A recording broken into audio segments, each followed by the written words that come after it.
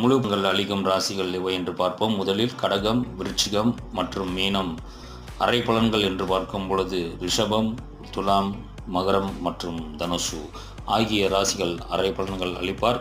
இந்த முழு பலன்கள் என்று பார்க்கும் பொழுது 5ஆம் பாவம் மற்றும் 7ஆம் வீடு அதிபதிகளாக முழு பலன்கள் ராசிகள் இடம்பெறுகின்றன.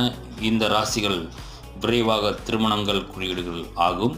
அதேபோல் 5ஆம் பாவம் 1ஆம் வீடு ஆரம்ப முனைகள் வறண்ட ராசிகள் இடம்பெறுவதால் ஜாதகத்தில் திருமணங்கள் செய்து கொள்ள விரும்ப மாட்டார்.